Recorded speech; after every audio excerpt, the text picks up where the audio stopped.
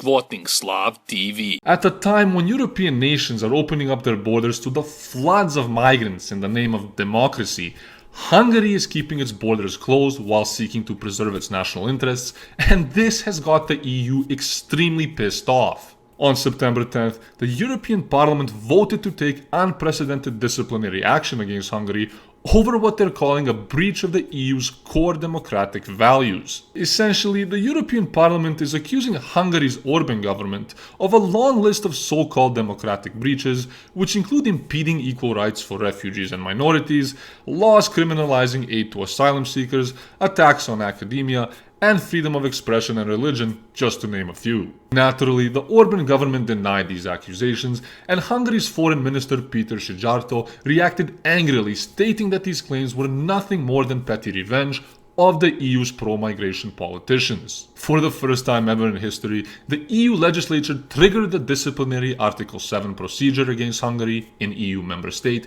with the goal of stripping the Hungarian government of its EU voting rights. To give you some background, Article 7 serves to protect various EU founding values found in Article 2, which encompass human dignity, freedom, democracy, and respect of human rights, including those belonging to minorities. Basically, Hungary is being accused of being the black sheep of the EU and for refusing to conform to all the great values which make the EU so wonderful. With 2/3 of the EU Parliament having voted in favor of disciplinary action against Hungary, the vote was praised as historic by liberal politicians and the leftist media, which boasted about punishing the evil Orban government for undermining democracy. Poland, which faced similar accusations from the EU over the past year, was one of the few nations that agreed to block any EU sanctions against Hungary because Poland itself is all too familiar with the blackmailing strategies of the EU. Although the EU and their leftist media parrots have been after Hungary and the Orban government for a long time now, these new attacks on the nation come at a time when Hungary is increasingly turning its back to the sinking EU ship while pursuing their own national interests instead. Since the beginning of the migrant crisis, Hungary has kept its borders completely fenced off to migrant invaders and has refused to budge on the EU's migrant quotas, which aim to distribute hundreds of thousands of migrants amongst EU member states. These strict closed border policies have in turn made Hungary the target of pro-migration globalist politicians who are looking for any reason to destabilize the country with hundreds and thousands of migrants. The Orban government has also been a powerful opponent against the treachery of George Soros and his anti-Hungarian globalist organizations, institutions, and initiatives, which have been accused numerous times of meddling with Hungarian elections and politics. Billionaire globalist George Soros, who has called on Hungary to embrace open borders and mass immigration, is one of the most detrimental forces in Hungary, and numerous policies have been put into place to restrict his influence in the country. Earlier this year, the Orban government introduced a series of laws known as the Stop Soros package, which would place restrictions on NGOs and make helping undocumented migrants a criminal act. Hungarian lawmakers even passed a constitutional amendment barring any quote-unquote alien populations from being settled in Hungary. Criminalizing aid to hordes of peaceful migrants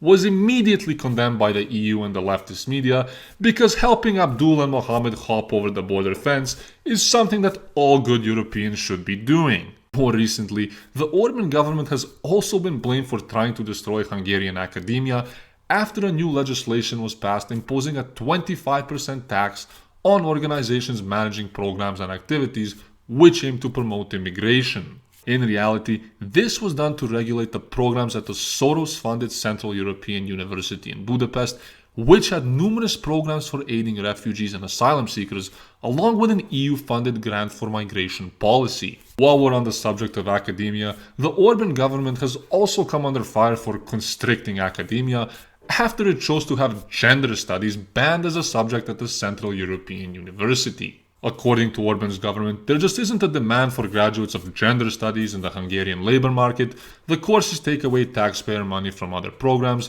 and obviously Hungarians don't need to learn about gender being infinite and about how a man with a vagina can breastfeed a baby. All of these aforementioned actions by the Orban government, along with countless others, have proven to be a major trigger for the EU and the leftist media, which are desperately trying to delegitimize any European nations and leaders who stray away from their globalist agendas in pursuit of national interests. As the political tides in Europe shift in favor of countries such as Hungary, who choose their own borders over open borders, the sabotage and blackmail efforts of the dwindling EU become more and more desperate by the day. As witnessed previously, the EU will do anything it can to maintain its grip on any nation that chooses to abandon ship, and Hungary just happens to be one of those brave European nations that is doing everything right to secure its future.